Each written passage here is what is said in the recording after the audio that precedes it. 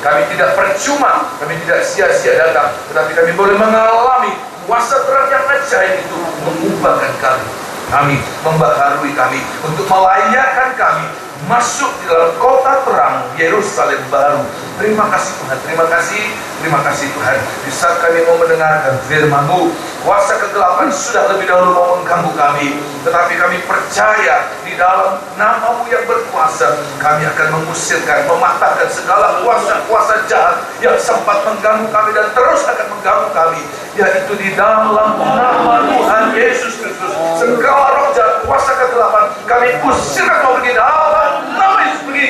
Ya Yesus berkuasa. Terima kasih Tuhan, terima kasih Tuhan. Sebaliknya urapi kami Tuhan, urapi hamba-Mu, urapi semua kami, urapi setiap alat-alat, supaya kami boleh mengalami Tuhan dalam segala keterbatasan, dalam segala halangan rintangan, kami tetap bisa menerima firman-Mu sebagai perkataan yang dari Engkau, untuk menjadi bagian kami, masuk dalam hidup kami ini, menyatu, mendarah daging dalam kami. Terima kasih Tuhan, terima kasih. Gereja-gereja lain, perayaan-perayaan Natal lain yang sedang dilakukan di mana-mana Tuhan, dijalankan di mana-mana. Engkau memberkati mereka seperti Engkau sudah memberkati kami. Terima kasih Tuhan, terima kasih. Dalam nama Tuhan Yesus, kekasih jiwa kami mempelai pria surga kami alaskan doa kami ini. Haleluya, amin.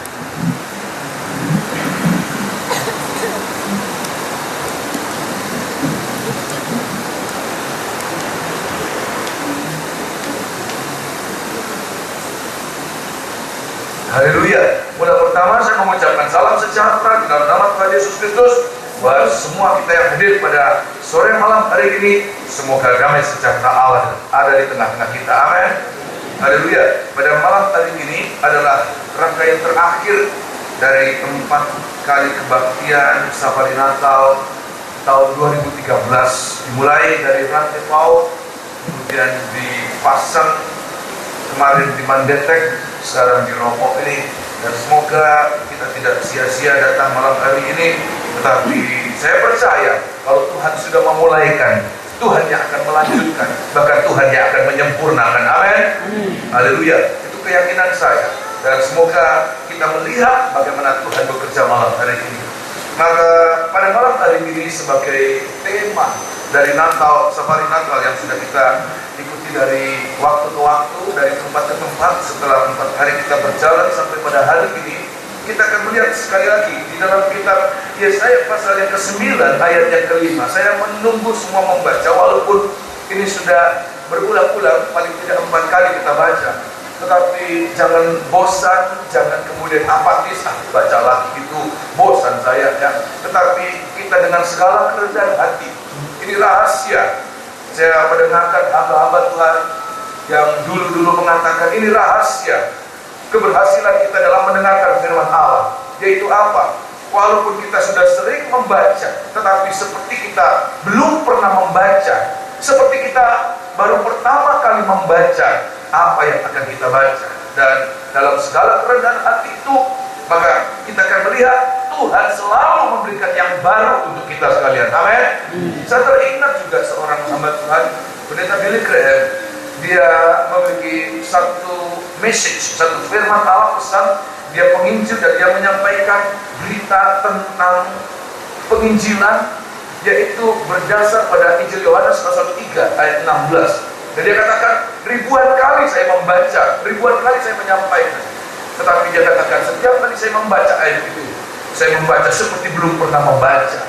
Dan setiap kali itu juga ada sesuatu yang baru, sesuai dengan pergumulan hari itu, sesuai dengan kebutuhan hari itu, Tuhan timbulkan, Tuhan munculkan pada saat itu. Demikian juga kita dengan malam hari ini ya. Kitab Yesaya pasal 9 ayat yang ke-5. Saya menunggu semua membaca Kitab Yesaya pasal 9 ayat yang ke-5.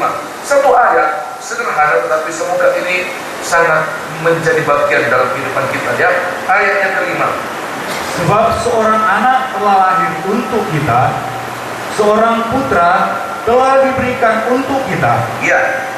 Lambang pemerintahan ada di atas bahunya, dan namanya disebut orang penasihat, ajaib, Allah yang perkasa, Bapa yang kekal, Raja Damai. Terima kasih. Jadi ayat ini merupakan suatu nubuatan dari lahirnya Mesias. Dia adalah penasehat, ajaib, Allah yang perkasa, Bapa kekal, Raja Damai. Ya. Dan untuk menjawab kerinduan umat Tuhan pada saat itu, orang Israel mengalami tekanan, mengalami himpitan, mengalami masa suram dalam sejarah orang Israel. Tetapi kemudian Yesaya mengatakan ada saatnya, walaupun mereka mengalami kesuraman, tetapi ada saatnya mereka akan bersorak seperti sorak pada saat mereka mengalami panen besar. Sorak seperti saat mereka mengalami kemenangan dalam peperangan. Tuhan katakan ada saatnya mereka mengalami. Yaitu apa? Pada saat lahirnya Mesias yang mereka tunggu. Dan semoga inilah yang harus menjadi kenyataan dalam kehidupan kita. Lahirnya Mesias di dalam kehidupan kita. Bagaimana firman itu menjadi daging, bertabernakel dalam kehidupan kita. Maka itulah yang akan menjadi masa keemasan, melewati masa suram kita, melewati masa-masa di mana kita mengalami masa-masa sulit, masa-masa kegelapan. Kita akan mengalami masa yang penuh dengan pengharapan. Nah, kebaktian yang lalu saya sudah memulaikan. Saya membawa saudara dalam kitab Injil Matius pasal yang pertama, ayat yang pertama mulai sampai ayat yang ke-6, berbicara tentang silsilah Tuhan Yesus, di mana digambarkan, dituliskan mulai dari Abraham sampai Maria, di mana itu yang nanti akan menjadi kenyataan nubuatan, pemenuhan dari nubuatan. Anak itu akan lahir untuk kita, putra itu diberikan untuk kita. Dan sebagaimana kebaktian yang lalu saya sudah sampaikan, dari silsilah itu kemudian dimunculkan ada nama-nama wanita-wanita tidak biasa dalam sejarah orang Israel. Silsilah perempuan, akan nama perempuan itu dicantumkan dalam silsilah, tidak biasa. Tetapi Tuhan sengaja memunculkan ada nama wanita-wanita yang dimunculkan. Dan berulang-ulang saya katakan, wanita-wanita yang dimunculkan itu sebagian besar dari mereka adalah wanita-wanita kafir. Sebagian besar adalah wanita, semua mereka wanita-wanita yang pernah mengalami masa suram, masa kegelapan dalam hidup mereka.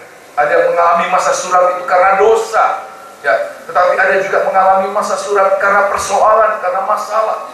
Tetapi semenjak lahirnya seseorang untuk mereka, mereka mengalami pengangkatan, mereka dipermuliakan oleh Tuhan, mereka dianggap layak, rahim mereka dianggap layak untuk menerima jalur dari benih ilahi itu sampai lahirnya Tuhan Yesus. Nah, kebaktian yang lalu saya sudah sampaikan, kita akan baca sekali lagi ayat yang ke-1 sampai ayat yang ke-6 sebagai puncak malam hari ini. Ayat yang ke-6 sampai pada ayat yang ke-6. Inilah silsilah Yesus Kristus, Anak Daud, anak Abraham. Abraham memperanakan Ishak, Ishak memperanakan Yakub, Yakub memperanakan Yehuda dan saudara-saudaranya. Yehuda memperanakan Peres dan Serah dari Tamar. Peres memperanakan Hesron, Hesron memperanakan Ram, Ram memperanakan Aminadab, Aminadab memperanakan Nahason, Nahason memperanakan Salmon, Salmon memperanakan Boas dari Rahab, Ya, Boas memperanakan Obed dari Rut, Obed memperanakan Isai, Isai memperanakan Raja Daud, Daud memperanakan Salomo dari istri Uria. terima kasih. Ya, ada 4 nama perempuan-perempuan yang pernah mengalami masa suram dalam hidup mereka. Nomor 1 pada ayat 3 disebutkan Tamar. Tamar ini bangsa Kanaan.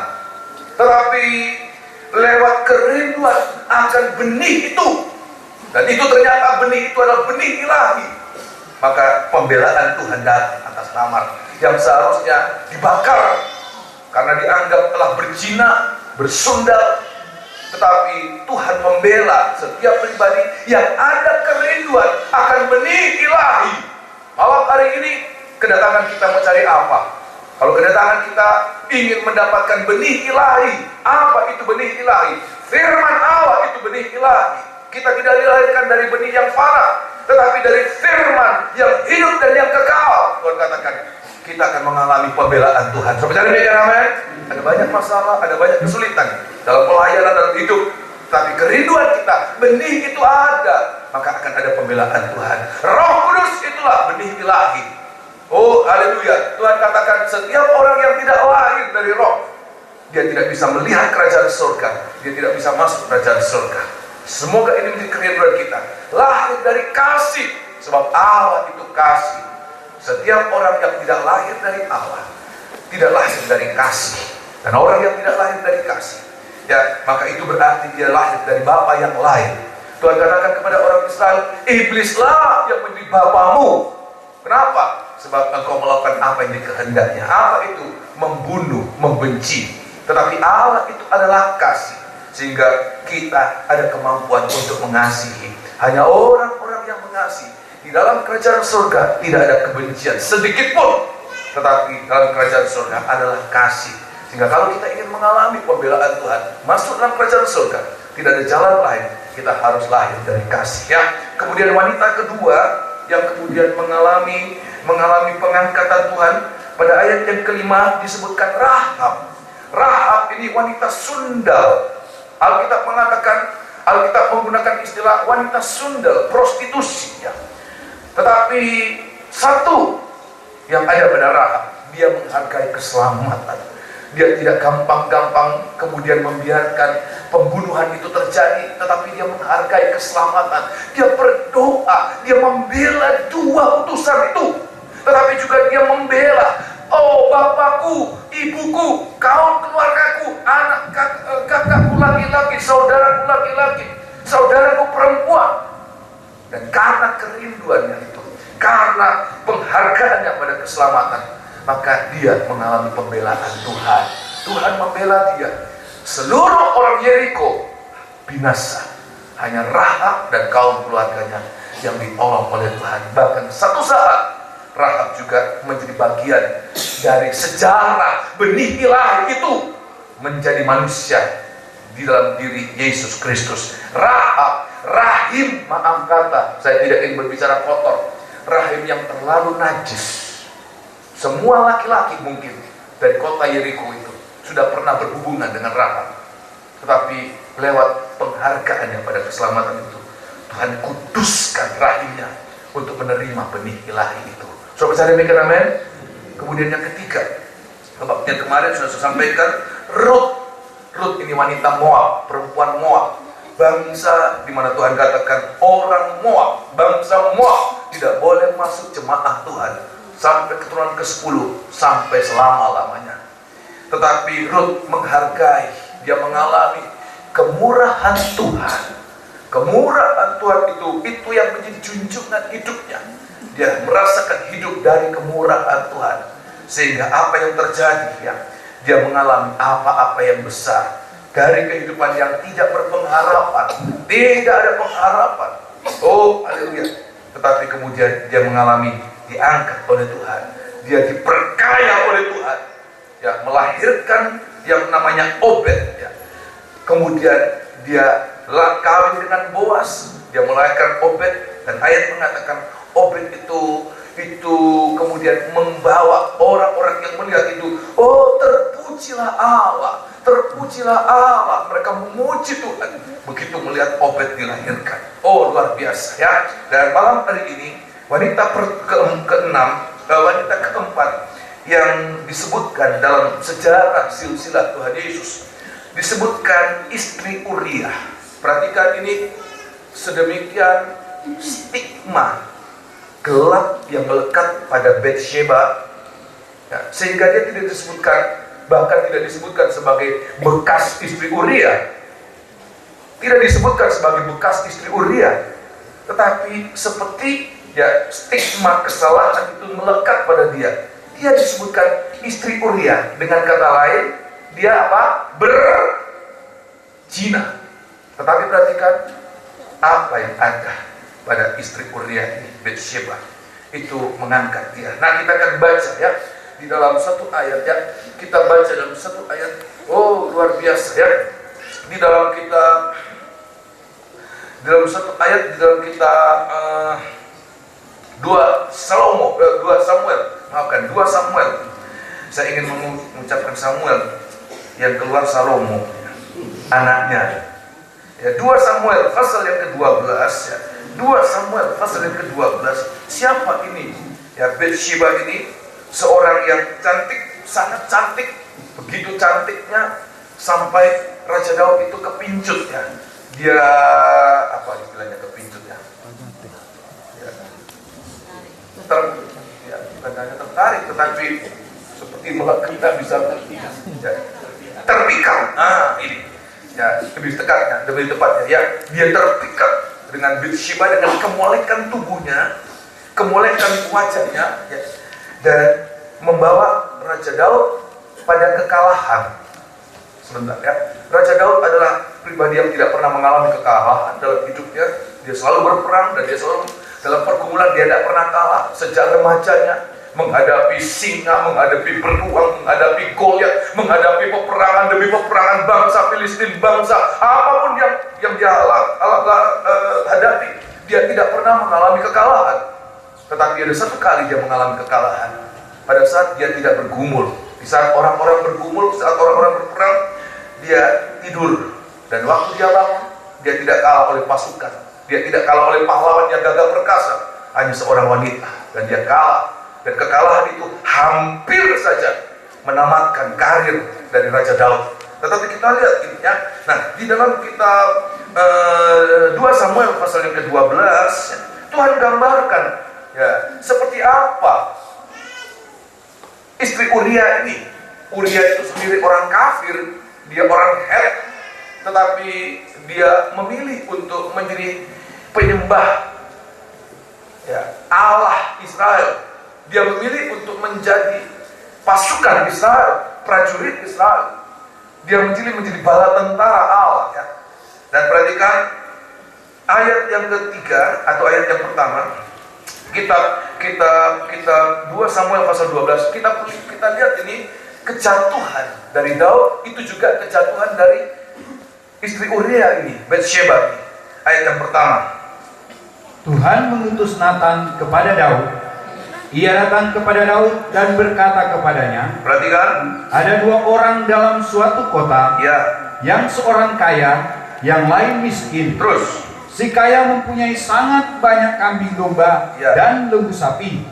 Si miskin tidak mempunyai apa-apa selain dari seekor anak domba betina yang kecil, ya, yang dibeli dan dipeliharanya. terus, Anak domba itu menjadi besar padanya, Ya. bersama-sama dengan anak-anaknya, makan dari suapnya dan minum dari pialanya, dan tidur di pangkuannya seperti seorang anak perempuan baginya. tetapi Pada suatu waktu, orang kaya itu mendapat tamu, dan ia merasa sayang mengambil seekor dari kambing dombanya atau lembunya untuk memasaknya bagi pengembara yang datang kepadanya itu.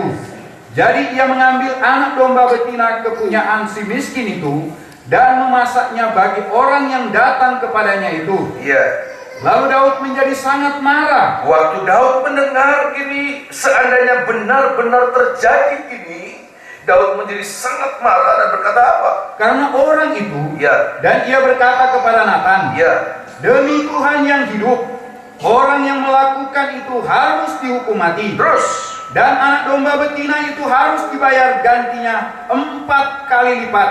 Karena ia telah melakukan hal itu, dan oleh karena ia tidak kenal belas kasihan. Kemudian berkatalah Nathan kepada Daud, engkaulah orang itu. engkaulah orangnya. Ayat yang ke-13, lompat ayat 13. Lalu berkatalah Daud kepada Nathan, Ya, aku sudah berdosa kepada Tuhan. terus, Dan Nathan berkata kepada Daud, ya, Tuhan telah menjauhkan dosamu itu, engkau tidak akan mati. terima kasih. Jadi waktu kemudian Nabi Nathan berkata-kata, menyatakan firman teguran buat Daud, Nabi Nathan menggambarkan Bathsheba itu sebagai seekor anak domba betina yang kecil, di mana dia dipunyai oleh seorang miskin. Dalam hal ini adalah Uria itu, sedangkan Daud itu digambarkan sebagai orang kaya, punya kawanan lembu, punya kawanan domba, yang memiliki segala-galanya. Seharusnya tidak ada keberatan untuk dia mengorbankan satu lembu sekalipun untuk tamu, untuk orang pengembara yang datang mampir ke rumahnya. Tetapi bukan itu yang dikerjakan, malah dia mengambil anak domba perempuan itu, anak domba betina itu yang sangat disayang oleh empunyanya, dibeli, kemudian dipelihara begitu dengan kasih, ya, disusui, ya, diberi makan, dipangku, tidur bersama. Dan kemudian itu anak domba betina itu disembelih untuk tamu dari orang kaya itu. Dan kita lihat waktu Daud melihat itu terjadi ketidakadilan yang terjadi di dunia ini, dia begitu marah. Tetapi sebenarnya yang dilakukan itu adalah, yang dilakukan orang kaya itulah perbuatan yang lakukan oleh Daud. Yaitu apa? Dia mengambil istri dari Uria. Padahal pada saat itu Daud itu tidak kurang-kurang.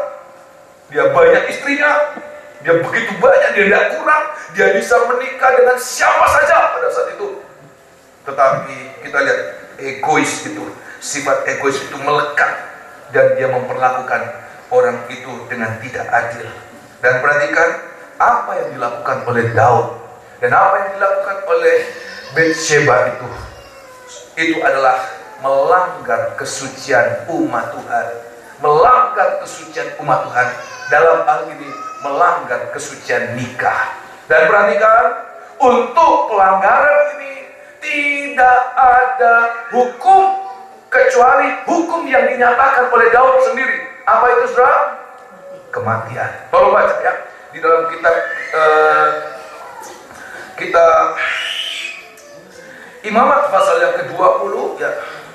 Imamat pasal yang ke-20 ayat yang ke-10, ada juga nanti dalam Ulangan pasal 22. Kitab Imamat pasal yang ke-20, ini pelanggaran, ini masa kelam dari Batsheba, istri Uria, dan juga ini masa kelam dari Daud itu sendiri. Ya, ayat yang ke-10 kitab Bilangan Imamat pasal yang ke-20 ayat yang ke-10. Bila seorang laki-laki berzina dengan istri orang lain, Bila seorang laki-laki berzina dengan istri orang lain, dalam hal ini Daud, dia berzina dengan Batsheba ini, istri orang lain, yakni berzina dengan istri sesamanya manusia, perhatikan, pastilah keduanya dihukum mati. tidak hanya salah satunya, tetapi keduanya, Daud dan Batsheba itu, istri Uria ini, harusnya dihukum mati. Seperti vonis yang dijatuhkan oleh Daud itu sendiri. Orang itu harus mati, ya. Maka keduanya harus mati, baik laki-laki maupun perempuan yang berzina itu. ya. Terima kasih.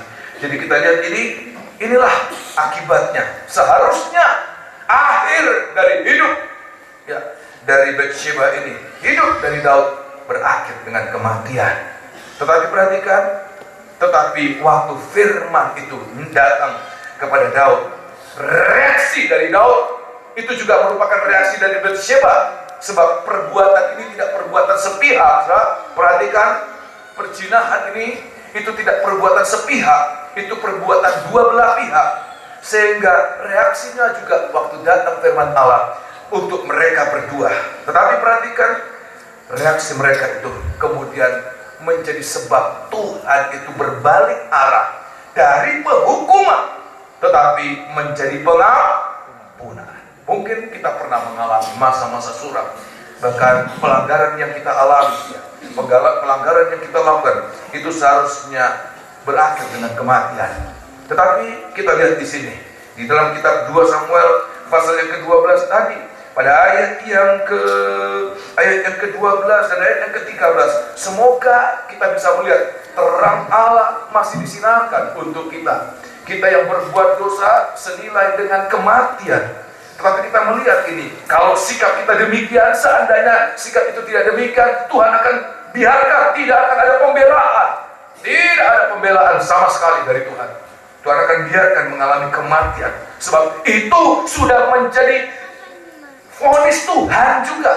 Tuhan juga sudah memvonis Israel yang berani melontar batu kepada rajanya sendiri. Tetapi Tuhan sudah memutuskan engkau akan mati. Tetapi kita lihat ayat yang ke-12, reaksi dari Daud.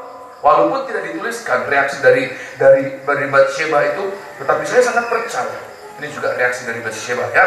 Ayat yang ke-12, perhatikan. Sebab engkau telah melakukannya secara tersembunyi, tetapi aku akan melakukan hal itu di depan seluruh Israel, ya, secara terang-terangan. Sebab itu ayat yang ke-13, perhatikan. Lalu berkatalah Daud kepada Natan, Ya, aku sudah berdosa kepada aku Tuhan. sudah berdosa kepada Tuhan. Dan Natan berkata kepada Daud, Ya, Tuhan telah menjauhkan dosamu itu, ya, engkau tidak akan mati. terima kasih. Pengakuan dari Daud itu, pengakuan yang spontan dari Daud itu juga mendatangkan pembelaan Tuhan, pengampunan Tuhan. Itu bukan nanti, tetapi saat itu, saat dia mengaku kepada Tuhan, saat itu juga datang pengampunan dari Tuhan. So, bisa melihat ini? Amin. Ya, Tuhan katakan, waktu kemudian dikatakan aku sudah berdosa kepada Tuhan, langsung Nabi Natan mengatakan, engkau Tuhan telah menjauhkan dosamu dan engkau tidak akan mati. Oh, luar biasa. Nah, kita lihat di sini kenapa bisa sampai pada poin ini. Kenapa Daud bisa sampai dia mengaku dengan spontan itu. Sebenarnya bukan itu terjadi begitu saja. Ada poin-poin sebelumnya, ada proses sebelumnya yang harus kita alami. Yaitu apa? Nomor satu, ini proses yang harus kita mengerti ini, yaitu kita akan baca dalam kitab Mazmur. Cerita ini adalah cerita kisah Mazmur. Daud membuat itu dalam sebuah lagu, ya. Dia membuat sebuah lagu dalam kitab Mazmur, dia nyanyikan itu, ya. Ayat yang ke-50, pasal yang ke-51, kitab Mazmur pasal 51, dia menceritakan dalam suatu lagu, dalam satu Mazmur demikian. Ayat yang pertama, Untuk pemimpin biduan Mazmur dari Daud, ya, ketika Nabi Natan datang kepadanya, ya, setelah ia menghampiri Betseba, ya, kasihanilah aku ya Allah, ya. menurut kasih setiamu, Perhatikan, hapuskanlah pelanggaranku, ya. menurut rahmatmu yang besar, Terus, bersihkanlah aku seluruhnya dari kesalahanku, ya. dan tahirkanlah aku dari dosaku. Ayat yang kelima, perhatikan. Sebab aku sendiri sadar Aku sendiri sadar akan pelanggaranku. akan pelanggaranku. Aku senantiasa bergumul dengan dosaku. Terima kasih. Jadi kita sampai pada poin ini, saya melihat poin yang pertama yang membuat seseorang sampai pada pengakuan adalah menyadari kesalahannya, menyadari keadaannya, menyadari apa yang telah tidak berkenan kepada Tuhan yang sudah dilakukan. Sebab ada banyak orang-orang yang tidak menyadari hal ini. Kepada sidang jemaat di tempat di mana saya melayani, saya menyampaikan, ini bukan karangan, saudara, tetapi ini kejadian nyata. Seorang penatua dari gereja, saya tidak usah menyebutkan nama gerejanya, tetapi seorang pelayan Tuhan, penatua, karena firman Allah tidak disampaikan. Natan itulah nabi yang menyampaikan firman Tuhan, karena firman Tuhan tidak diungkapkan, sehingga dia tidak menyadari keadaannya. Dia begitu playboy, sudah tahu apa artinya, ya, seperti begitu gampang dia kemudian jatuh ke lain, dari satu perempuan ke perempuan lain, satu perempuan ke perempuan lain, dan dia lakukan itu selama dia masih melayani sebagai seorang penatua. Tetapi dia tidak menyadari itu sebagai suatu kesalahan. Bahkan ini mengagetkan, dia menganggap dia berbuat baik, ya. Dia menganggap dia menolong orang. Dia menganggap saya kan membantu, saya kan baik, saya membantu menolong istri-istri yang kesepian, maafkan, ya. Dia merasa baik. Dia tidak menyadari sekian lama dia hidup dalam kesalahan dan dia tidak menyadari. Kenapa? Firman tidak diungkapkan. Tetapi semoga malam hari ini kita boleh mengalami firman Allah mengungkapkan. Sebab firman Allah itu terang, begitu terangnya, tidak ada kegelapan yang mampu bertahan. Kalaupun sudah merasakan, saya tidak kenal, ada banyak sebagian besar di antara saudara saya tidak mengenal, sehingga kalau kita kemudian sudah mendengarkan, loh kok sepertinya kena dengan saya, ini dikena-kenakan, maaf, saya tidak ada keberanian untuk itu, dan saya tidak mengenal, saudara. Tetapi kalau ini disampaikan, ini berarti kasih sayang Tuhan untuk kita, untuk menyucikan kita. Nah, kita lihat di sini, ayat ini mengatakan, Daud sadar. Perhatikan, aku sendiri sadar akan pelanggaranku. Kenapa sadar? Firman Allah itu dinyatakan. Firman Allah dinyatakan. Dan dia sadar. Roh Kudus itu bekerja. Kebaktian yang lalu, saya sampaikan kebaktian yang kemarin. Dua utusan itu siapa? Firman Allah di dalam urapan Roh Kudus. Itu bekerja bersama-sama. Sebab kalau hanya perkataan-perkataan nasihat, ada banyak kali mereka bukan tambah sadar, tambah keras. Orang Manado bilang tambah baterek, sudah tahu apa baterek itu ya? Tambah dia bikin-bikin ya. Tambah dinasihati, tambah dia bikin. Apa yang tidak boleh, tambah dia bikin, sedemikian. Tetapi kalau firman Allah disampaikan dalam urapan Roh Kudus, inilah dua utusan Tuhan. Itu akan menyadarkan, menginsafkan. Ada satu ayat, tolong baca di dalam kitab Injil Yohanes, ya. Kitab Injil Yohanes pasal 16. Oleh sebab itu ini menjadi kerinduan sidang jemaat, berdoa supaya apa yang disampaikan dari mimbar ini bukan hanya sekedar perkataan biasa, bukan pelajaran, bukan pidato, maaf, tetapi firman Allah dalam urapan Roh Kudus yang akan menyadari, yang akan menenangkan setiap kesalahan yang tersembunyi. Waktu Daud lakukan itu, sangat sedikit orang yang tahu. Sangat sedikit. Ada yang tahu. Ya, ada yang tahu sebab ada yang manggil, kan? Kamu sana panggil siapa namanya itu? Oh, dia istri Uria. Panggil sana. Paling tidak ada satu orang tahu ya, bahwa ada yang tahu. Tetapi dia sembunyi. Sebab ayat mengatakan engkau lakukan itu dengan diam-diam. Tapi perhatikan, Nabi Nathan memberitakan firman Allah. Mata Allah tidak dapat ditutup oleh apapun juga. Dia melihat dan firman Allah menyatakan itu ya. Injil Yohanes pasal yang ke-16. Injil Yohanes pasal yang ke-16. Untuk apa? Nomor satu, menyadarkan kita, menginsafkan kita. Oh, haleluya. Ini merupakan titik balik dari kesuraman yang kita alami sekian lama. Injil Yohanes pasal 16. Injil Yohanes pasal 16 ayat yang ke-7 dan ayat yang ke-8. Namun benar kukatakan ini kepadamu, Ya, adalah lebih berguna bagi kamu perhatikan. jika aku pergi. Ya, Sebab jikalau aku tidak pergi, ya, penghibur itu tidak akan datang kepadamu. itulah Roh Kudus. Teruskan.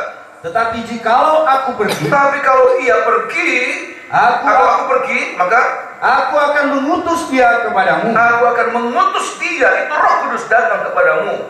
Dan kalau ia datang, Dan kalau ia datang, ia akan menginsafkan dunia akan dosa, ia akan menginsafkan dunia akan dosa. Teruskan. kebenaran dan penghakiman. Terima kasih. Jadi inilah yang dialami oleh Raja Daud. Ini juga yang dialami oleh Batsheba, istri Uria itu, dalam kesalahan di mana mereka tidak tahu atau tidak mau tahu. Itu merupakan suatu kesalahan sebab seolah-olah itu menjadi legal.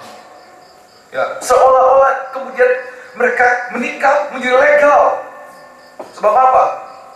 Dia menikah dengan lebih dahulu sudah hamil, mengandung, dan dia melakukan suatu konspirasi untuk membunuh Uria. Nggak ada yang tahu. Ya, nggak ada yang tahu. Ternyata kong kali kong itu sudah sejak dulu ya. Ya, konspirasi itu sejak dulu ya. Semua orang pikir Uria mati wajar, normal. Dalam peperangan ada yang mati itu biasa, normal, wajar saja. Ternyata itu suatu konspirasi ya. Menutup. Tapi kalau Roh Allah, firman Allah datang, maka tidak ada yang dapat ditutupi lagi. Kemudian apa? Ya, sadar akan keadaannya.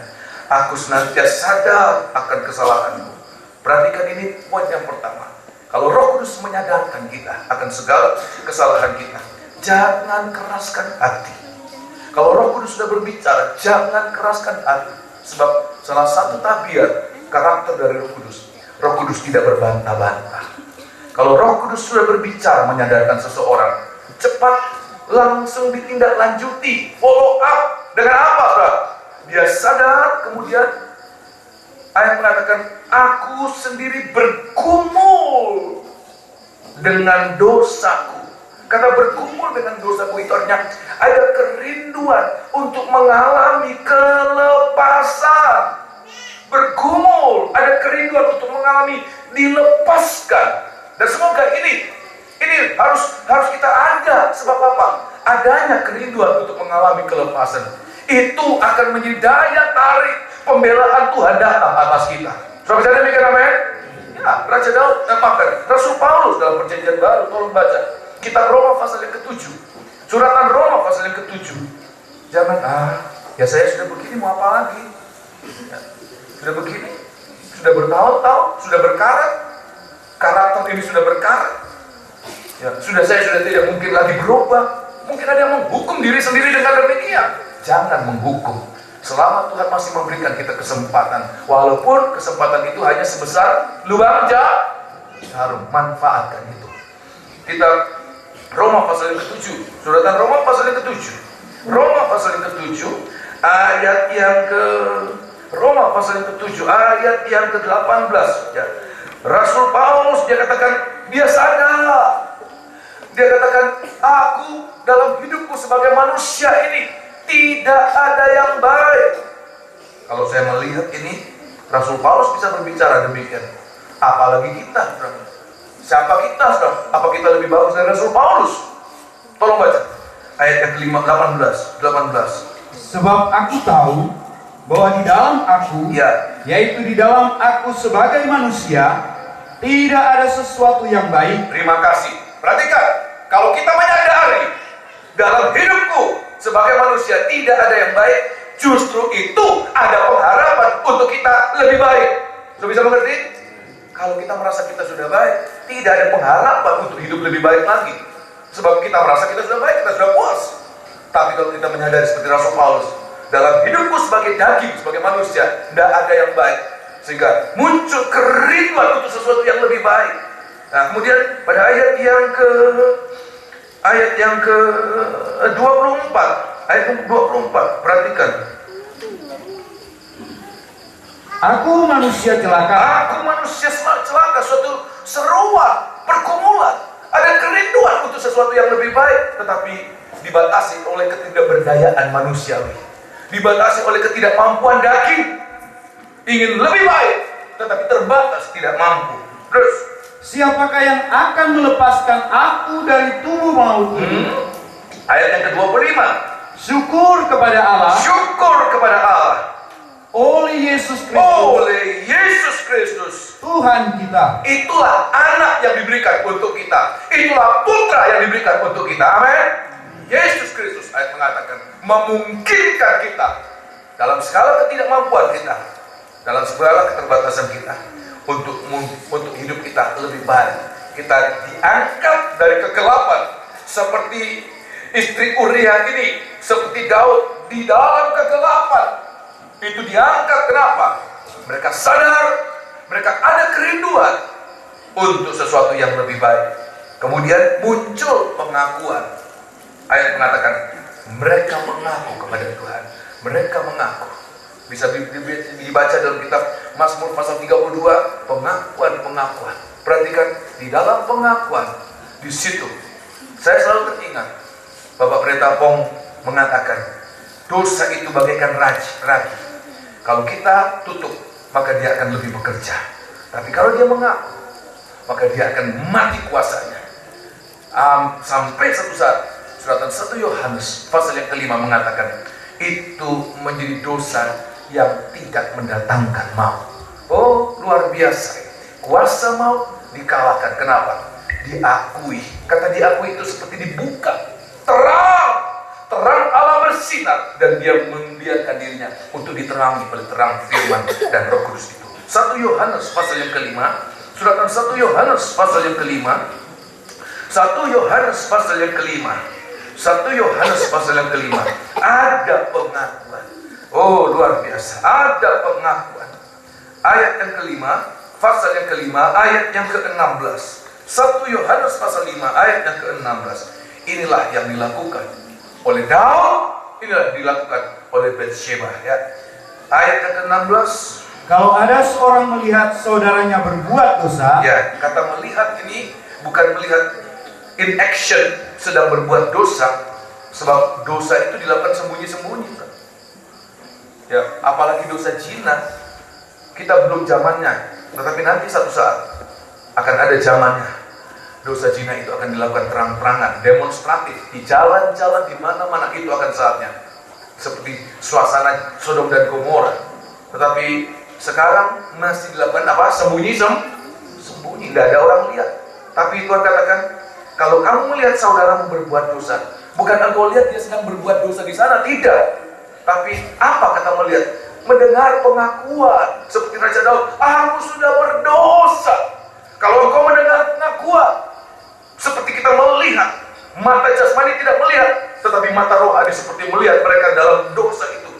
Dan Rasul Yohanes katakan, kalau kamu melihat saudaramu berbuat dosa, yaitu dosa yang tidak mendatangkan maut. Apa dosa yang tidak mendatangkan maut? Terima kasih. Ada orang berpikir mungkin, dosa yang tidak mendatangkan maut hanya berdusta.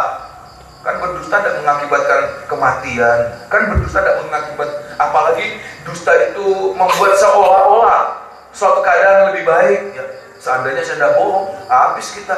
Ada orang berpikir demikian ya. Wah, untung saya dapat nikmat dari Tuhan dan saya berdusta. Kalau enggak, habis saya, ya, habis, hancur rumah tangga itu. Untung saya bohong. Tidak, ayat mengatakan tidak ada dusta, tidak ada dosa yang tidak mendatangkan maut. Semua dosa mendatangkan maut. Dosa sekecil apapun juga. Oleh sebab itu, untuk sidang jemaat, untuk anak-anak muda, jangan bermain-main dengan dosa. Iblis memancing-mancing. Kalau kita belum berbuat dosa, dia katakan, 1 kali tidak apa-apa. Tidak apa-apa, 1 kali tidak mati. Orang narkoba 1 kali tidak langsung kemudian sarafnya kemudian terganggu, enggak.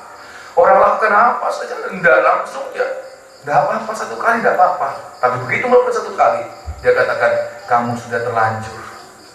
Ya, kemudian sudah terlanjur, ya, sekalian basah. Begitu basah, ya. Kemudian katakan apa?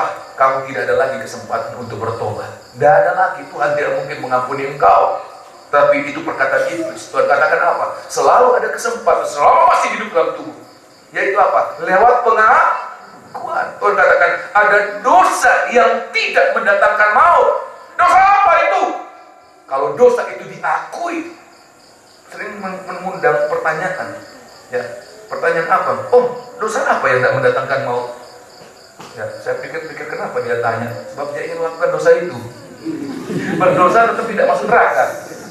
Kira-kira demikian jalan pikirannya. Saya menangkap demikian ya. Berdosa tapi tidak masuk neraka. Tidak ada. Semua dosa mendatangkan maut. Tetapi Tuhan katakan ada dosa yang tidak mendatangkan maut. Apa itu? Kalau kita akui dosa yang diakui itu dosa yang tidak mendatangkan maut. Kenapa? Kuasa maut dikalahkan, kuasa maut dihancurkan. Oh, haleluya. Saudara demikian, amin. Tolong baca sekali lagi. Kalau ada seorang melihat saudaranya berbuat dosa, yaitu dosa yang tidak mendatangkan maut, hendaklah ia berdoa kepada Allah. Hendaklah ia berdoa kepada Allah.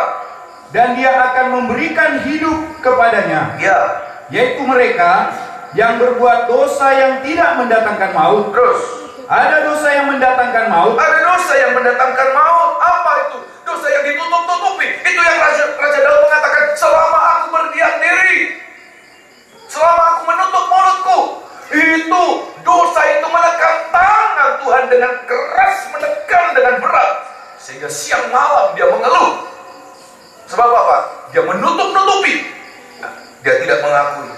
Tetapi waktu dia mengaku, dia menyadari, alangkah bahagianya orang yang diampuni, orang yang tidak diperhitungkan kesalahannya. Terus tentang itu, ya, tidak kukatakan ya, bahwa ia harus berdoa. Terus semua kejahatan adalah dosa. Semua kejahatan adalah dosa. Tetapi ada dosa yang tidak mendatangkan maut. Terima kasih. Oleh sebab itu, ini yang harus kita mengerti. Ini yang harus kita mengerti. Mulai kita mengikuti gerakan firman Allah. Selama firman Allah masih diberitakan untuk menyatakan kesalahan kita, selalu ada kesempatan untuk mengalami titik balik dari kehidupan kita, dari gelap kepada terang. saat kita menyadari, pada saat kita kemudian timbul kerinduan untuk lepas dari segala belenggu dosa itu, dan kita mengaku kepada Tuhan. Pada saat kita mengaku, di saat itu ayat mengatakan kuasa darah Tuhan. Pada saat kita mengaku, ayat mengatakan kuasa darah Tuhan itu bekerja di dalam kehidupan kita. Saudara yang demikian, amin? Ya, 1 Yohanes pasal yang pertama. 1 Yohanes pasal yang pertama. Ayat yang ke-7. 1 Yohanes pasal pertama ayat yang ke-7. Itu juga menjadi pernyataan dari Daud. Oh, haleluya. Itu menjadi pernyataan dari Daud. Bersihkanlah dosaku dengan hisop. Sudah tahu bukan hisopnya yang membersihkan, tapi hisop yang dicelup dalam apa? Darah. Ya, kuasa darah Tuhan itu. Ya, Yesaya mengatakan walaupun dosaku merah seperti kermisi, seperti kain kesumba, akan menjadi putih seperti salju, seperti bulu domba. Kuasa penyucian oleh darah Tuhan. Oh, haleluya. Ayat yang ke-7. Tetapi jika kita hidup di dalam terang, Ya, sama seperti Dia ada di dalam terang, terus.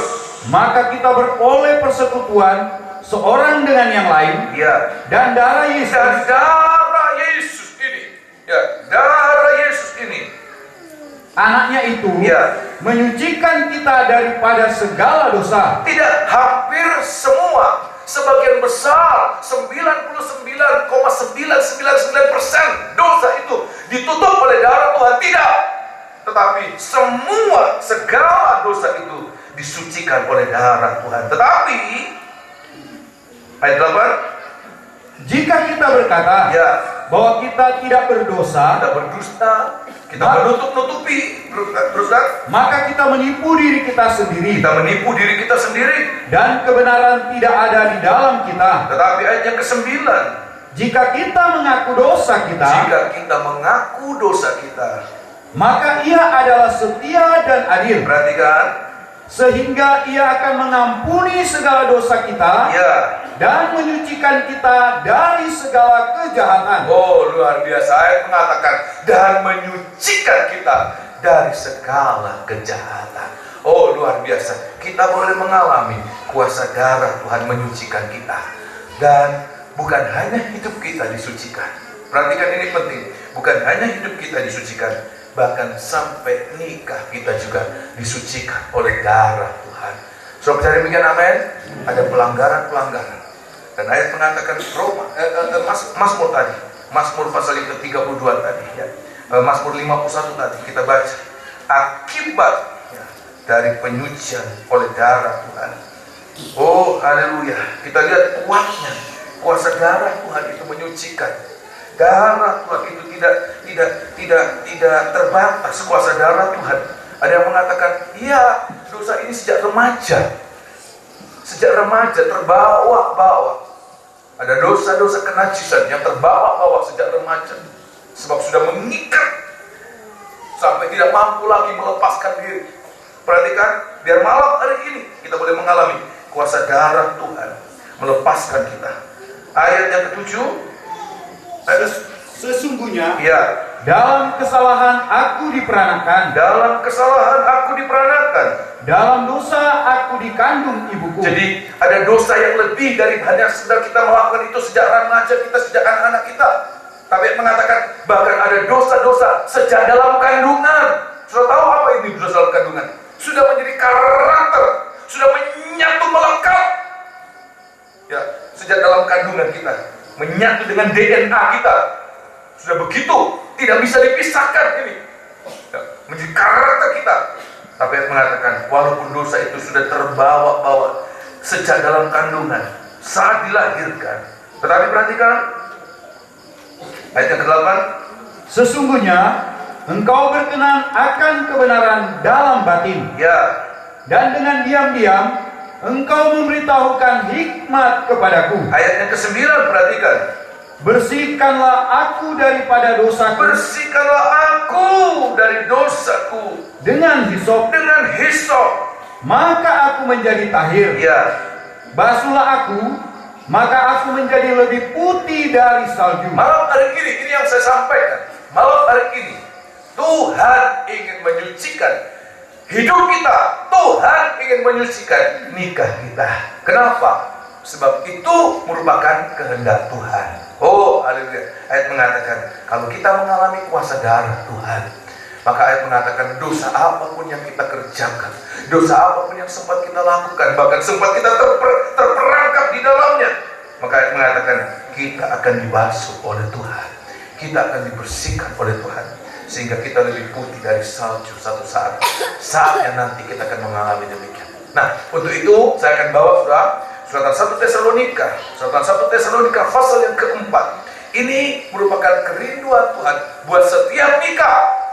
Ini juga merupakan kejatuhan dari Daud dan Batsheba, yaitu apa? Pelanggaran akan kesucian nikah. Padahal umat Tuhan, salah satu yang dituntut oleh umat Tuhan, itu berbeda dengan umat kafir yang ada di tanah Kanaan pada saat itu. Orang-orang Kanaan itu sangat tidak memperhitungkan, sangat tidak menghargai kesucian nikah. Tapi Tuhan katakan, anak Tuhan berbeda. Anak Tuhan, umat Tuhan harus hidup dalam kesucian. Oh, luar biasa ya. Suratan 1 Tesalonika pasal yang kedua, 1 Tesalonika pasal yang keempat. 1 Tesalonika pasal yang keempat. Ayat yang pertama, tidak apa-apa kita baca. Akhirnya saudara-saudara, kami minta dan nasihatkan kamu dalam Tuhan Yesus. Kamu telah mendengar dari kami bagaimana kamu harus hidup, Ya, supaya berkenan kepada Allah. supaya berkenan kepada Allah. Teruskan. Hal itu memang telah kamu turuti, Ya, tetapi baiklah kamu melakukannya lebih bersungguh-sungguh lagi. perhatikan. Kamu tahu juga petunjuk-petunjuk mana Ya. yang telah kami berikan kepadamu atas nama Tuhan Yesus. Ayat 3. Karena inilah kehendak Allah, Perhatikan. pengudusanmu, yaitu supaya kamu menjauhi percabulan. Tuhan katakan, ingat dosa ini dosa yang sangat berbahaya. Kenapa? Ayat mengatakan kalau dosa lain itu dilakukan di luar tubuh, tapi dosa ini mencabik-cabik tubuh Kristus. Dia berdosa terhadap dirinya sendiri. Ayat yang keempat, Supaya kamu masing-masing mengambil seorang perempuan ya, menjadi istrimu sendiri, perhatikan, dan hidup di dalam pengudusan hidup di dalam pengudusan dan penghormatan. Ayat yang kelima, Bukan di dalam keinginan hawa nafsu, ya, seperti yang dibuat oleh orang-orang yang tidak mengenal Allah. terima kasih. Jadi kita lihat di sini bahwa nikah anak-anak Tuhan. Ingat ini, nikah anak-anak Tuhan. Dasarnya apa? Maafkan. Jangan sampai seperti pada saat Daud melihat Batsheba pada saat dia sedang mandi. Kenapa? Dasar dari nikahnya apa, saudara? Hawa nafsu. Dan itu menarik hukuman Allah, murka Allah. Tapi Tuhan katakan apa? Nikah anak-anak Tuhan harus di dalam kekudusan. Sebab itu merupakan kerinduan Tuhan.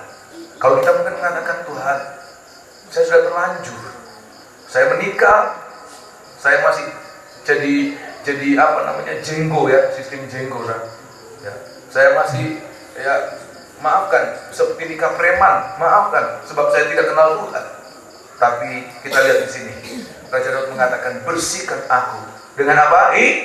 Hisop. Basuhlah aku. Kata basuh itu artinya apa? Sucikan aku dengan air. Air apa? Air firman Allah. Kitab Filipi, Efesus pasal yang kelima. Basuhlah aku dengan firman-Mu.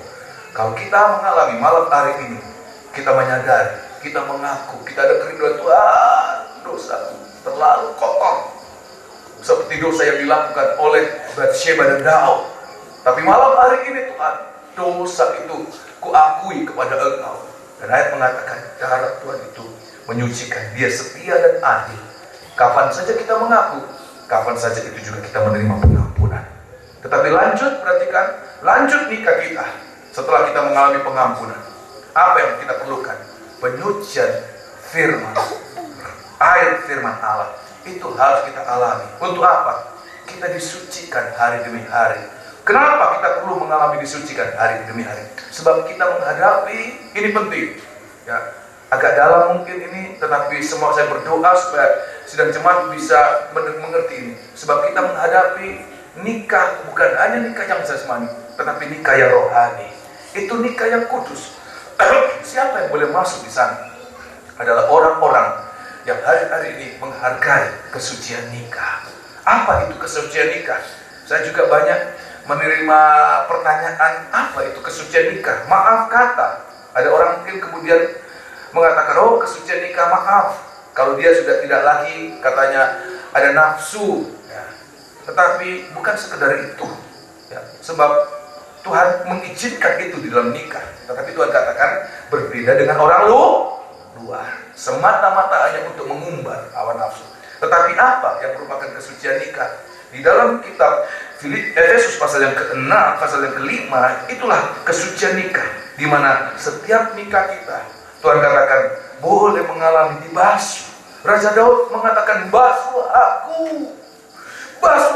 aku, ya, supaya aku menjadi lebih putih dari salju. Basuhlah aku, pakaian nikahku ini sudah terlanjur kotor. Ada gambar mempelai enggak? Ya, pada gambar mempelai, ayat mengatakan kitab Wahyu pasal 19. Pakaian mempelai apa saudara? Putih berkilau. Seperti itu yang dirindukan oleh Daud. Basuhlah aku, maka aku lebih putih dari salju. Nah, di dalam kitab Efesus pasal yang ke-5, paling tidak ada 2 kesucian nikah yang saya ingin sampaikan di tempat ini. Ya, walaupun ada banyak di antara kita, mungkin lebih dari separuh yang belum menikah, tapi bukan berarti oh kita belum menikah, kita tidak perlu firman ini. Tetapi kita semua adalah bagian dalam nikah. Saya belum menikah, saudara bagian dalam nikah orang tuamu. Dan saudara lihat apa yang harus kita perhatikan di sini. Ya, kitab Efesus pasal yang ke-5 ayat yang ke-25. Kita lihat ini Yesus. Kita sedang akan menghadapi ya putra yang akan diberikan buat kita, itulah anak domba Allah. Ini puncak di mana anak domba Allah nanti akan menjadi apa saudara? Mempelai pria. Ya, kita dipersiapkan untuk mempelai wanitanya. Ayat yang ke-25, perhatikan. Hai suami, Ya, Kasihilah istrimu, ya, sebagaimana Kristus telah mengasihi jemaat perhatikan. dan telah menyerahkan dirinya baginya Ya, untuk menguduskannya ya, sesudah ia menyucikannya ya. dengan memandikannya dengan air dan firman, Terus, supaya dengan demikian ia menempatkan jemaat di Ya. hadapan dirinya perhatikan. dengan cemerlang. Itu yang dilihat, itu yang dirindukan oleh Daud. Sampai aku lebih putih dari salju. Saudara mungkin belum pernah melihat salju, tetapi saudara bayangkan kalau saudara punya es batu yang putihnya itu bukan yang bening ya, tapi putih itu kalau disinar oleh sinar matahari, seperti itu mungkin. Ya, putih, yang sangat putih. Terus kan? Tanpa cacat atau kerut Ya, atau yang serupa itu, ya. tetapi supaya jemaat kudus Ya. dan tidak bercela. Terima kasih. Ya, jadi kita lihat sih, soalnya kalau kita masing-masing pada kitab Efesus pasal yang ke-5 ini, di mana Tuhan katakan kesucian nikah itu apa? Yaitu kalau masing-masing itu, baik itu suami, baik itu istri, baik itu anak, bahkan kalau sudah lihat pada selanjutnya ada di sana hamba-hamba apa? Kalau masing-masing komponen dalam nikah duduk dalam kaki dianya masing-masing. Seorang suami dia bisa mengasihi, itu dia duduk pada kedudukan yang sebenarnya. Kalau seorang istri dia bisa tunduk. Jadi ini yang namanya kesucian nikah. Kalau istri bisa tunduk kepada suaminya, kalau suami bisa mengasihi istrinya, kalau anak-anak bisa menghormati orang tuanya, kalau orang tua bisa mengasihi anak-anaknya, itu yang namanya nikah yang suci. Jadi kita lihat ini nikah yang suci. Yang kedua, kesucian nikah itu apa? Kalau nikah itu bisa menyatu, baik suami dan istri menyatu, baik anak-anak dan orang tua menyatu. Perhatikan, tetapi menyatunya di sini, maaf kata, bukan seperti menyatunya Ananias dan Safira. Mereka juga menyatu, tetapi sepakat untuk mencobai siapa? Roh Kudus. Tetapi menyatu di dalam penyucian. Kalau kita boleh menyatu menjadi satu, makin tua kita makin menyatu. Maafkan, saudara. saya tidak ingin menjelek-jelekkan sidang jemaat yang saya alami, saya pelayani, tetapi menjadi suatu pembelajaran buat kita. Makin kita lama di dalam nikah, kalau kita mengalami pekerjaan firman Allah yang menyucikan, semoga itu menyatukan kita. Jangan sama seperti 25 tahun yang lalu, masih baru-barunya kita masuk dalam nikah. Setelah 50 tahun, maafkan ya, kok tidak ada bedanya ya. Geger terus ya, bertengkar terus, tidak bisa menyatu. Kamu kiri, saya kanan, seperti Lot dan Abraham ya. Jangan, tetapi Tuhan, kita sudah mengalami, suami mengalami penyucian firman Allah, istri mengalami penyucian firman Allah. Kesucian nikah itulah menyatu. Bagaimanapun ayat mengatakan pasangan hidupmu, kita mohon kepada Tuhan, mampukan saya untuk duduk dalam takdir yang aku tetapkan ya. Seorang suami bisa mengasihi istrinya bagaimanapun keadaan istrinya. Seorang istri bisa tunduk kepada suaminya bagaimanapun keadaan suaminya, sebab itulah menjadi kehendak Tuhan. Amin. So, mungkin agak ragu-ragu, tolong baca ayat yang ke-31 atau ayat yang ke-33, ayat 33. Perhatikan kenapa kita perlu mengalami demikian ya. Bagaimanapun juga, Ya, bagi kamu masing-masing berlaku, kasihilah istrimu seperti dirimu sendiri, ya. dan istri hendaklah menghormati suaminya. Terima kasih. Ada kemudian yang mengatakan, iya, kalau istrinya lembut, ya, manis, saya bisa mengasihi dia. Ya. Tapi istri saya ini, saya enggak, itu aja sudah berontak ya. Kalau saya mengasihi apa, dia tidak bicara di atas kepala saya. Ataupun sebaliknya, seorang istri mengatakan, ya, kalau suaminya baik, seperti Pak Pendeta, dianggapnya pendeta itu baik semua. Kelihatan kalau di mimbar lembut ya, nggak tahu kalau di kamar dah. Ya. Tapi perhatikan, apapun keadaan, saya mengatakan, bagaimanapun juga bagi kamu masing-masing berlaku, kasihilah istrimu dan istri hendaklah menghormati suami. Itulah yang merupakan kesucian nikah. Dan kita menyatu selalu untuk menantar pasangan yang akan masuk dalam nikah. Saya selalu mengatakan, kalau kamu belajar matematika, kemarin ada penyesatan. 4 tambah 4, 5 katanya ya. Kalau matematika biasa, 1 tambah 1 berapa, Sar? 2.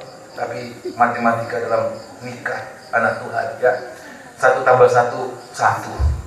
Ya, saya katakan 1 tambah 1, 1. Inilah tujuan kita masuk dalam nikah, yaitu untuk kita menyatu sampai satu saat tidak terpisahkan. Sebab kita akan dibawa, perhatikan ini penting, kita akan dibawa pada nikah anak domba Allah. Inilah anak yang akan dilahirkan untuk kita. Inilah anak yang akan diberikan untuk kita. Kita dipersiapkan. Nikah-nikah yang kita miliki mungkin sempat mengalami kejatuhan, seperti nikah dari istri Uriah, seperti nikah yang dialami oleh Daud.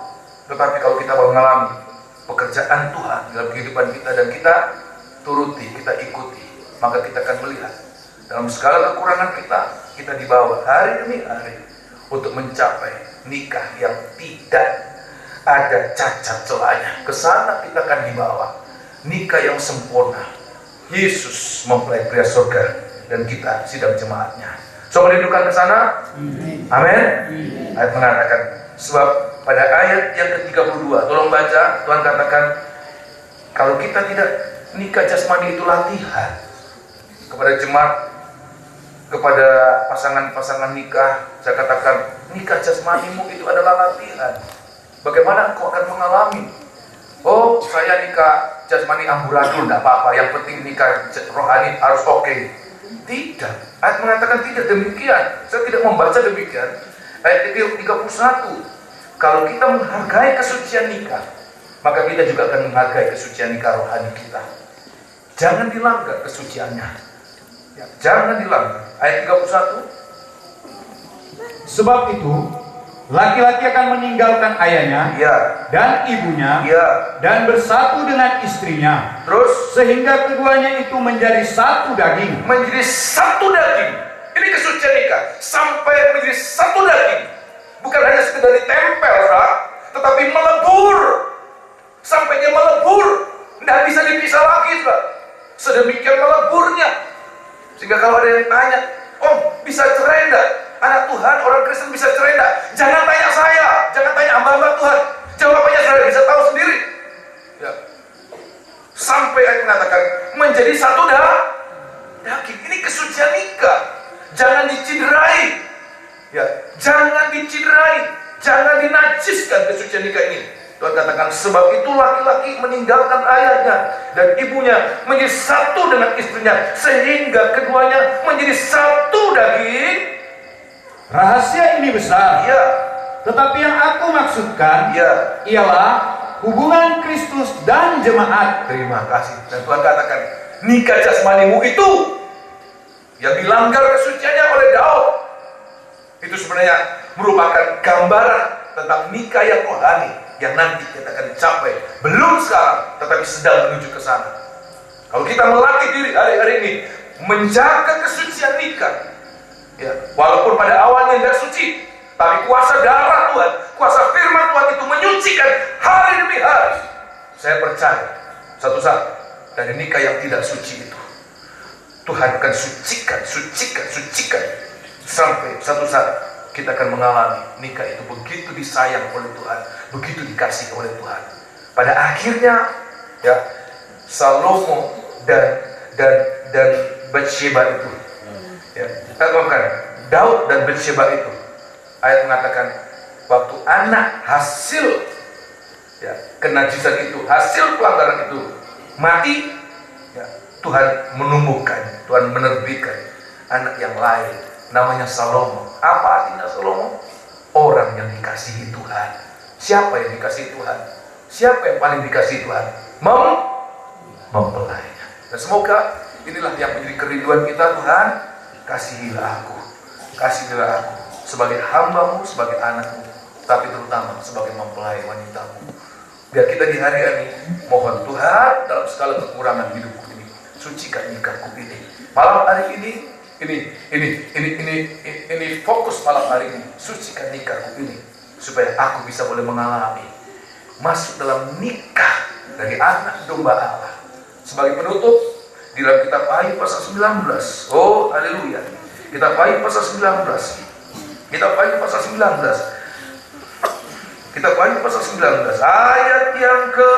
ayat yang ke-8 dan ayat yang ke-9.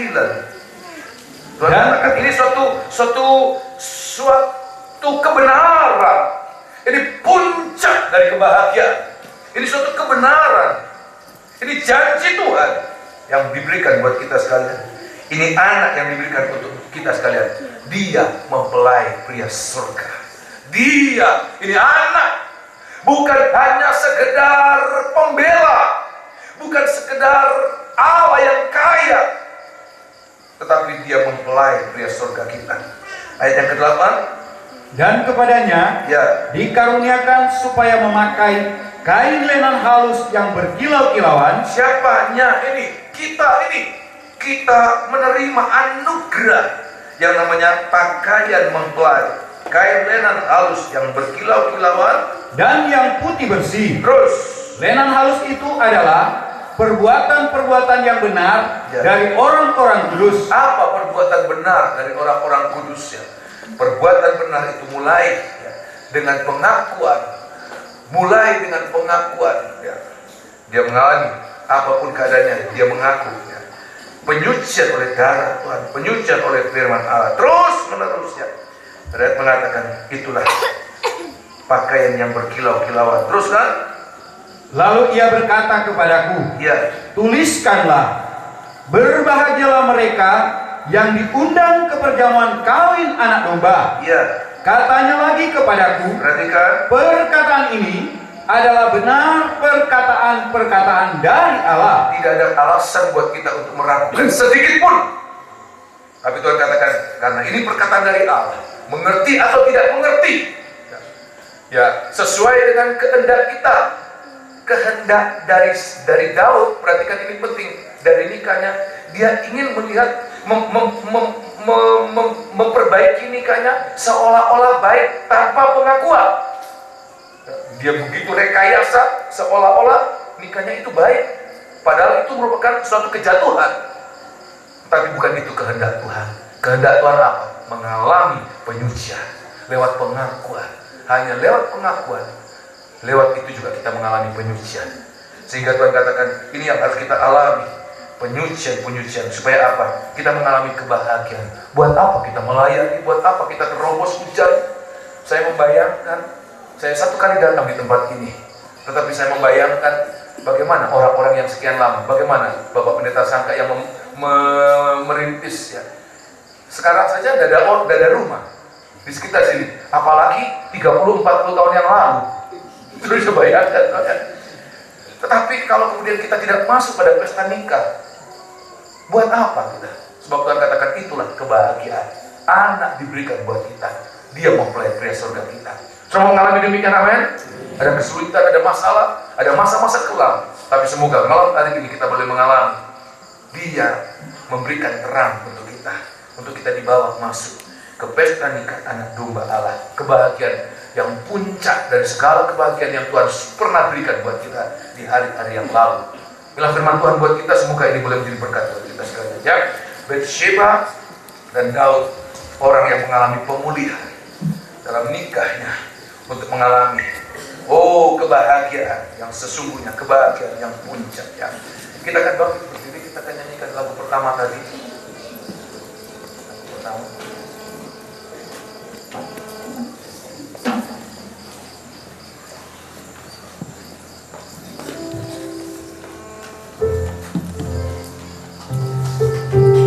Betapa besar, haleluya.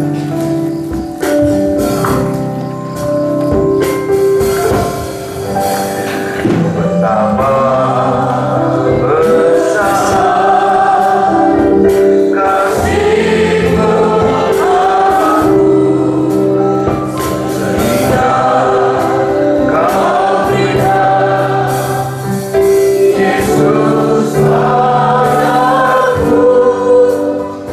supaya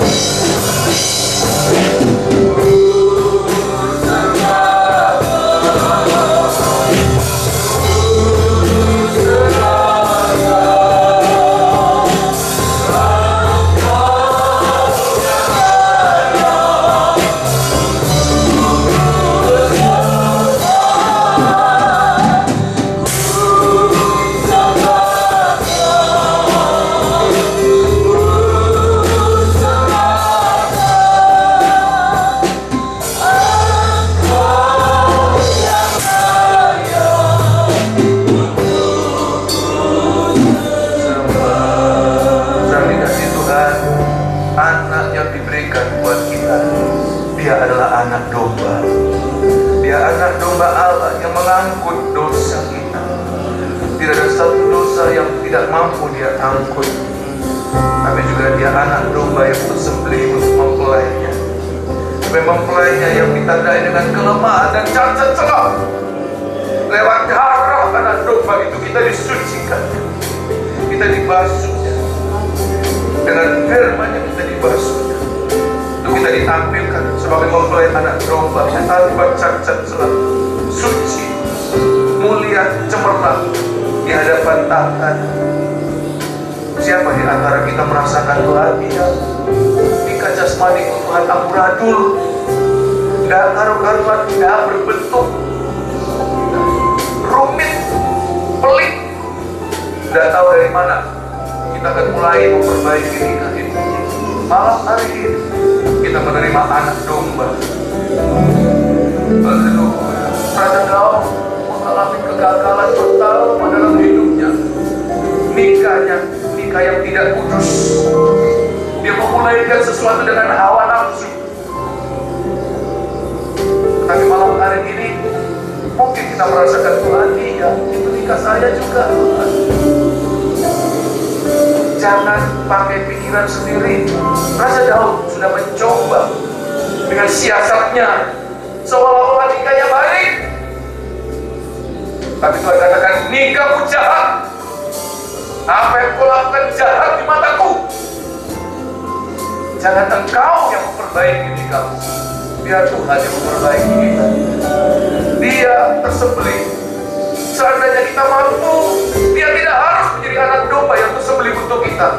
Kita mampu memperbaiki diri kita sendiri. Tapi buktinya kita gagal. Buah nikah kita bagaimana? Juga gagal, kita tidak mampu. Malam hari ini, kalau kamu merasakan ya, saya sudah mencoba dan tidak mampu dan mengalami kegagalan. Bukannya satu, malah bertolak-tolak belakang.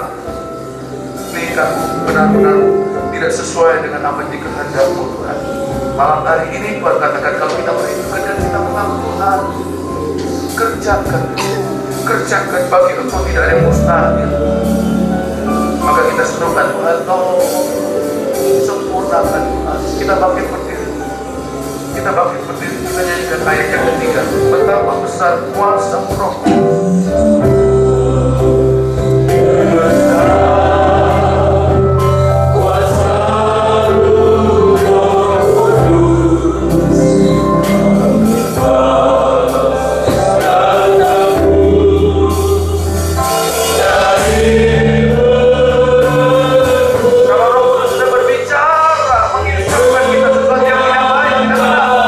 Jangan dilanjutkan, orang yang melanjutkan satu saat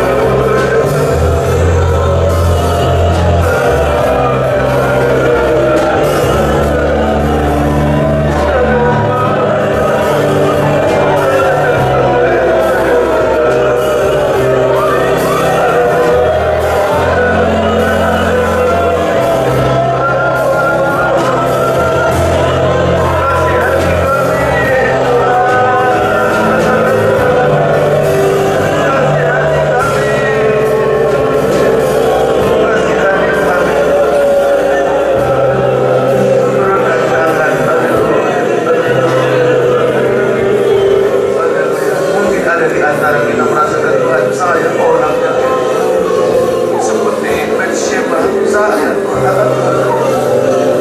Namun saya mau mengalah, dibubarkan, diputuskan,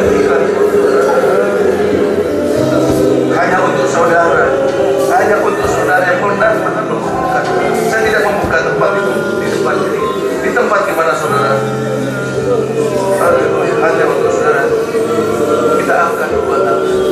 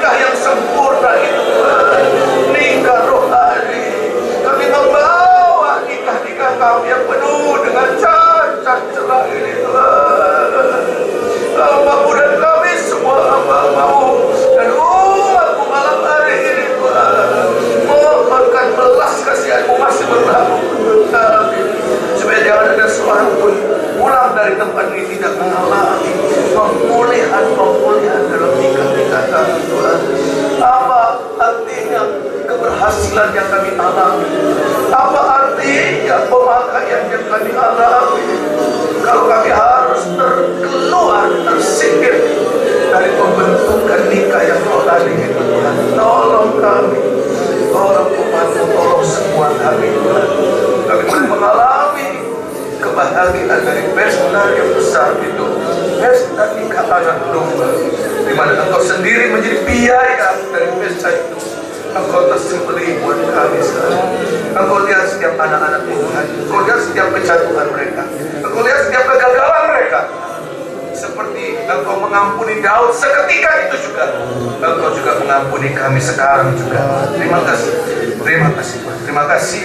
Jangan ada seorang pun dari kami Tuhan tidak merasakan apa-apa dan tidak mengalami apa-apa, tetapi semua kami boleh mengalami jamahan tangan Tuhan, lawatan Tuhan yang membaharui, yang mengubahkan kami. Terima kasih Tuhan. Hamba sudah menyampaikan firman-Mu Tuhan, harus walaupun jujur hamba harus mengakui banyak dengan kekurangan dan kelemahan dan keterbatasan kami sebagai manusia biasa. Ada hal-hal yang tidak mampu hamba jelaskan dengan sangat jelas, sangat terang. Namun Engkau tidak terbatas. Engkau Allah yang Maha Kuasa, melampaui keterbatasan manusia, memberikan kami penjelasan yang terang, yang jelas, yang tajam, sehingga kami semua boleh mengalami jamahan Tangan. Terima kasih Tuhan, terima kasih. Berkati kami sekalian Tuhan. Dalam nama Tuhan Yesus kami alaskan doa kami ini. Haleluya. Amin.